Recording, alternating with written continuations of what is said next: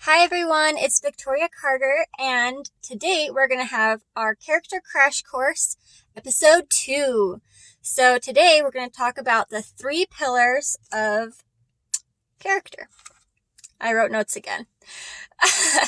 The 3 pillars of character, and we're going to use the movie Tarzan. And if you don't want spoilers, I feel like this movie's been out long enough that you should have seen it by now, but there's going to be spoilers. Okay, so first of all, there's 3 main pillars of character creation. And we kind of discussed this in our last video, talking a lot about Dungeons and Dragons, the ideals, the bonds, and the flaws. But another important thing you need to remember is what a character fears. Fears can be a great motivation. And motivation is really what drives the character. The better your motivation is, the more people are going to relate to your character, even if your character is awful and doing awful things. That's why we see villains that people love, because they can somehow relate to whatever that villain is doing. And even if they don't agree with what the villain's doing, they can relate to the motivation. So there's 3 main things of character creation that fall under motivation. Number 1 is fears. What does the character fear the most? Now, we're not talking about superficial fears like the dark or spiders, although movies like Batman, he takes advantage of his fear of bats and becomes the Batman. So you can definitely tie in a superficial fear, but I wouldn't say he's really afraid of bats anymore. The second thing is what the character wants. So what do they want more than anything? And this is, again, not a superficial want. It's not, oh, I want to be Miss America. It's, I want people to validate me and help me feel like I am valued. That's really what we're talking about. The winning Miss America thing might be how they get there and what they think that means, but it's more inside than outside, if that makes sense.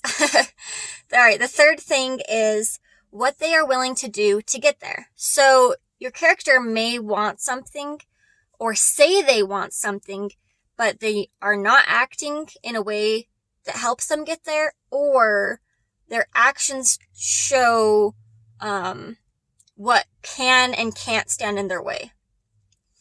And then the last thing you want to do is, and this will help a lot, is you want to kind of create not a saying that the character says in the story per se, but perhaps a saying that they repeat in their mind. And this is also known as a belief or a false belief or a false truth. Depending on where you go, it's called different things. But it's basically a mantra of what the character believes. So we're going to start with Clayton, who is the antagonist of the movie Tarzan.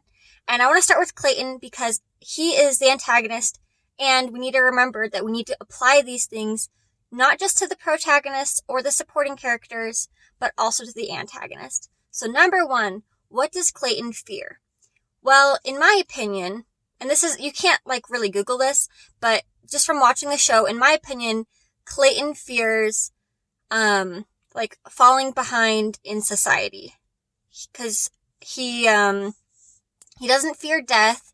He doesn't fear the gorillas per se, but he does fear losing power, and he knows that money is power. So when his group of homies starts getting overrun by Tarzan and all the apes at the end of the movie, he's definitely afraid, but he's not afraid of dying. And you can see that when he does die at the end of the show, that he wasn't really afraid. The second thing is, what does he want? Well, he wants money. He's gonna sell the gorillas. He's poaching these gorillas. He's gonna sell them to a zoo for 300 pounds a piece. And I actually looked this up on Disney's wiki, and he is gonna sell them to a zoo. So, doesn't say it in the movie that I remember, and I've watched that movie a lot, but Disney's wiki, he's selling them to a zoo. So he wants money. What is he willing to do to get that? Well, pretty much everything. He's the villain, so nothing's really going to stand in his way. Morals aren't going to stand in his way. He's just going to do anything he can. He's going to kidnap, he's going to poach, he's going to murder, he's going to commit piracy, he's going to lie, manipulate. He's going to do anything he can to get there. So what might Clayton's mantra or false belief be? Well, his false belief may be that if he falls behind in society, or loses power, that he's not worth anything. So his worth is tied directly to his power and money. The second person we're going to talk about is Jane. Now, this is important because Jane is the love interest, and like I said with Clayton, we need to have this apply to pretty much every character. So first of all, what does she fear? Well, from watching the movie, I believe that Jane fears losing information and losing the ability to show her compassionate mindset about animals to the world. And I believe that that's what it is because when the baby baboon, steals her photo, it means so much to her that she goes on this wild chase to get her picture back. And I think the baboon ends up keeping it at the end of the chase. But obviously that is such an important thing for her. And she's so worried about losing that valuable information and seeing this cute baby baboon just eat this little piece of fruit looking all innocent, because that's the way she sees the world, and she wants to show her view of the world. She wants to show her view of the ape world to the civilized world. What she wants is I think she wants validation in her view of animals are like people too. They are compassionate and they have families, and that's why she's trying to see the gorillas, because she knows so much about the gorillas. What's she willing to do to get there? Well, she's willing to put up with Tarzan's lack of civilized nature. Him looking at her dress, he picks up her dress and she kicks him, or him putting her face on his chest. That's a big no-no in Victorian England society, but she puts up with it because she's on this quest to prove to the world that apes are like people, which would be probably her mantra. Apes and animals are similar to people. Now, the last person we're going to talk about is Tarzan himself. Now, what does Tarzan fear?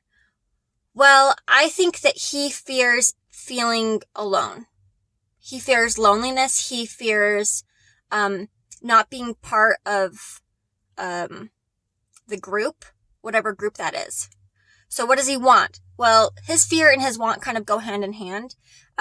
It starts off him wanting his gorilla father to accept him, and when it's clear that his gorilla father will not accept him, he wants to be accepted by the humans. What is he willing to do to get there? Well, he's willing to throw aside everything he knew his whole life, his gorilla mindset, the way he even walks, he hops around on the ground, everything to be more human-like. And you see this at the end of the movie when he says, I'm going to go to England with Jane, because he can see that he will be more widely accepted as a human in the human world if he changes everything about himself than if he stays in Africa with the gorillas, even though that's where he was raised. So what would be Tarzan's mantra? Well, Tarzan's mantra, I think, would be acceptance is the highest form of compassion, because that's where he feels the most loved, is wherever he's being accepted. And then you can see that once you get the villain, the protagonist, and the love interest all together, and you see, okay, what are they willing to do? What's their fear? And what do they want? And you can see that you can kind of overlap them in a way where there's going to be obvious conflicts, and they're going to have conflicts with each other. For example, when Tarzan and Jane have a conflict where he won't show her the gorillas because he's trying to protect them, and she is in conflict with her want, even though she met Tarzan. So you can see that there's a lot of like brainstorming to be had here, but it's also very helpful, and it's only those 3 things. So I hope this helps, and remember that every victory is a victory, and I'll see you guys next time. Bye!